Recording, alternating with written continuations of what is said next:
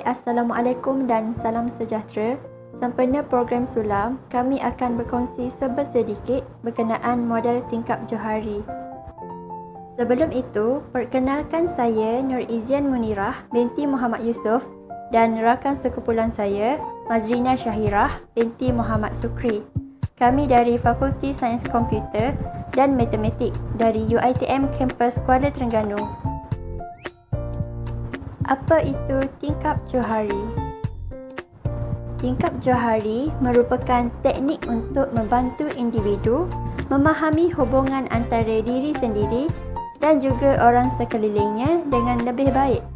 Model tingkap Johari diasaskan oleh dua ahli psikologi iaitu Joseph Love dan Harrington Egham pada tahun 1955.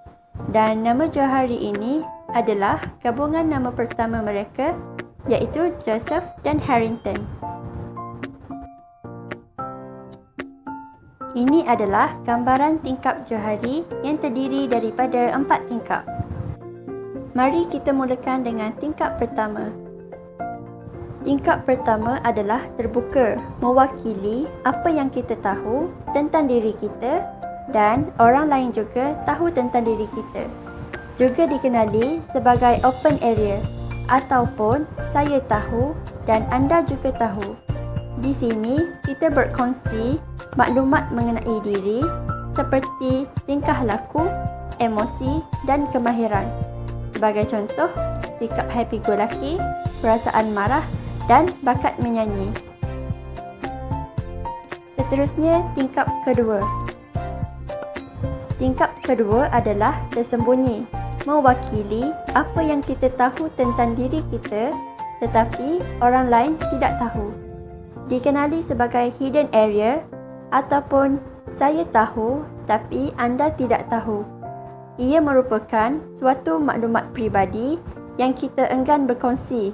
Sebagai contoh, rahsia, ketakutan atau pengalaman masa lalu. Baiklah, saya akan terangkan pula tingkap yang seterusnya, iaitu tingkap 3. Tingkap ini juga lebih dikenali sebagai blind area atau tidak disedari. Tingkap ini mewakili apa yang orang lain fikirkan ataupun apa yang orang lain ketahui tentang diri kita sendiri tetapi kita tidak pernah menyedarinya. Saya tidak tahu tetapi anda tahu. Maklumat di tingkap ini merangkumi kekuatan dan kelemahan diri anda yang tersembunyi yang hanya dapat dilihat oleh orang lain. Contohnya, dari segi kekuatan, anda mempunyai bakat dalam menjadi pemimpin yang cemerlang dan anda tidak pernah sedar akan perkara itu. Namun, rakan anda menyedarinya. Hal ini menjadikan rakan anda lebih mempercayai anda dalam melakukan tugasan kumpulan. Contoh yang lain adalah seperti suara anda, gaya dan tingkah laku anda. Maklumat-maklumat ini hanya dapat kita tahu atau sedar sekiranya kita memperoleh maklum balas dari orang sekeliling kita. Seterusnya, tingkap 4. Tingkap ini merupakan tingkap yang terakhir bagi tingkap Johari. Ia dikenali sebagai unknown area atau tidak diketahui. Tingkap ini mewakili diri anda sendiri, namun tiada siapa yang mengetahuinya, termasuk diri anda.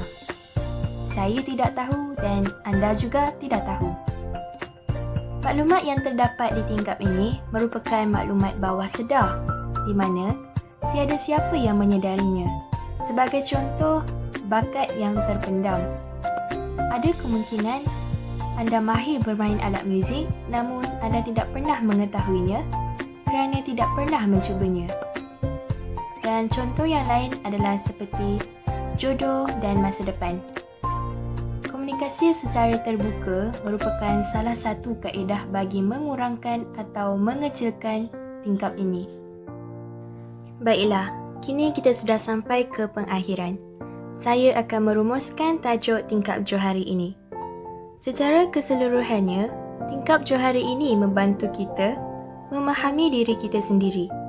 Ia akan berubah-ubah dari semasa ke semasa bergantung kepada maklum balas yang kita peroleh dari orang sekeliling. Maka, semakin mesra sesuatu hubungan itu, semakin besar tingkap terbuka mereka. Ini kerana mereka tanpa ragu-ragu akan menceritakan tentang diri mereka. Hal ini sekaligus akan menjadikan 3 tingkap yang lain mengecil dan ini akan dapat meneguhkan lagi sesuatu hubungan itu.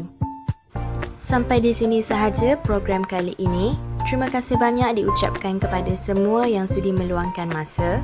Mohon anda semua isi borang maklum balas program sebelum mengundurkan diri. Jika terdapat sebarang pertanyaan, sila nyatakan di borang maklum balas ini. Jasa anda amat kami hargai. Terima kasih sekali lagi.